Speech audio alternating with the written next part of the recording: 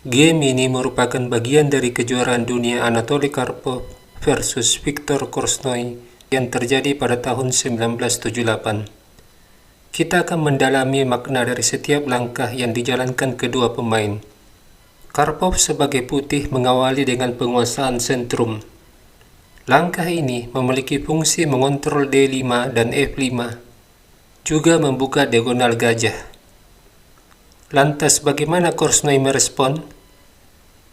Di sini Korchnoi menerapkan prinsip keseimbangan E5 dengan fungsi yang sama dengan langkah putih. Karpov melanjutkan dengan langkah populer dan terbaik, kuda menyerang pion. Dan perwira yang disarankan untuk melindungi pion sentrum adalah kuda.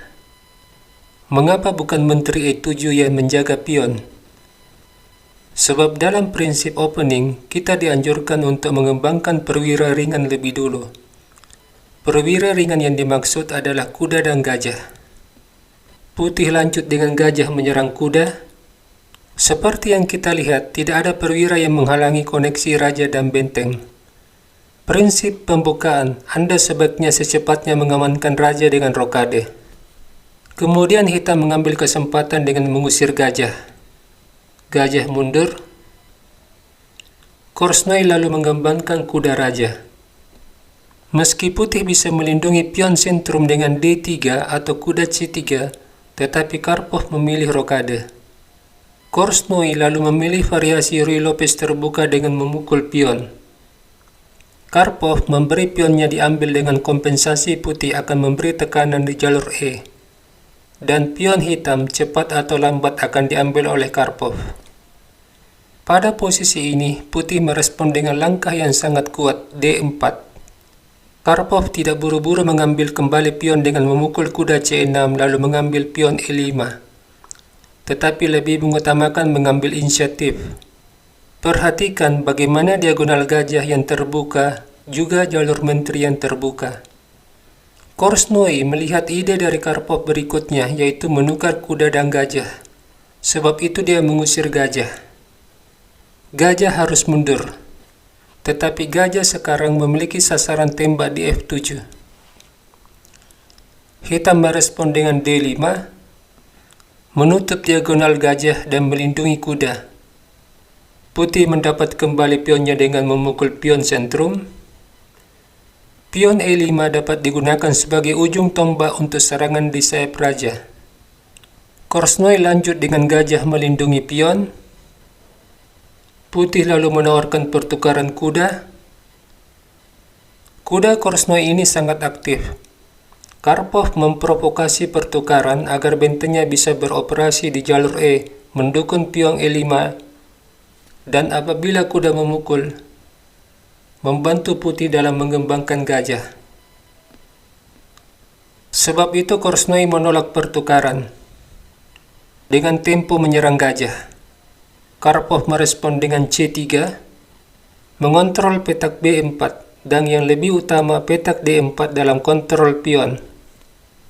Korchnoi melangkah G6, sebuah upaya membawa gajah menambah tekanan terhadap pion sentrum, dan putih memperkuat pion sentrum dengan menteri. Gajah fianchetto, disusul dengan kuda D4, menawarkan pertukaran kuda dan juga menyerang gajah. Pada posisi ini, Korchnoi tergoda memukul pion. Langkah yang membuat Karpov melakukan serangan pion. Namun sebelum lanjut ke partai sebenarnya, bagaimana jika Korchnoi menukar kuda? Pion kali kuda, dan apabila kuda ditukar dengan gajah, kuda kali kuda. Nampak keunggulan putih di jalur C di mana pion C7 jadi sasaran. Kemudian terlihat dominasi putih atas petak C5. Kita kembali. Setelah kuda memukul pion E, Karpov lalu menyerang dengan pion.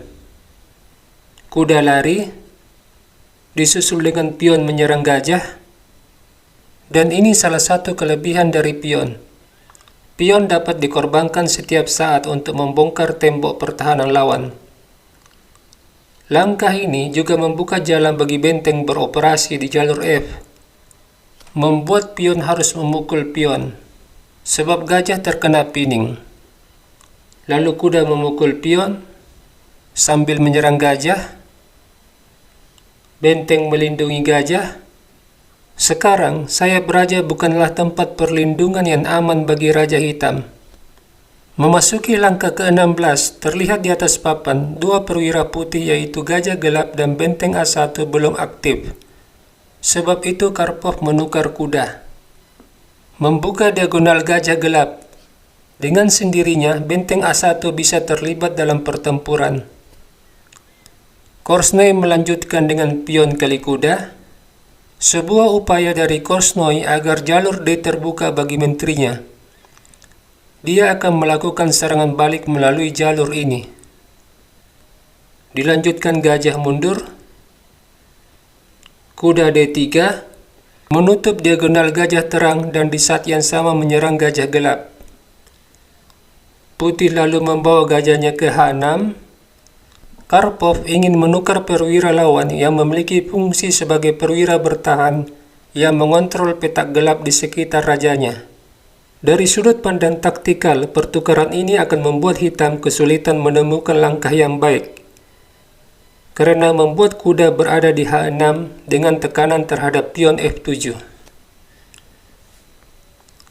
Korsnoi lalu mengundurkan gajahnya. Korsnoi berharap dengan terbukanya jalur G bagi benteng yang mengarah ke pion G2 memberi masalah bagi Karpov. Tetapi Karpov tidak ingin memberi kesempatan Korsnoi melakukan serangan balik. Dia lantas melakukan shadowing terhadap menteri dengan benteng.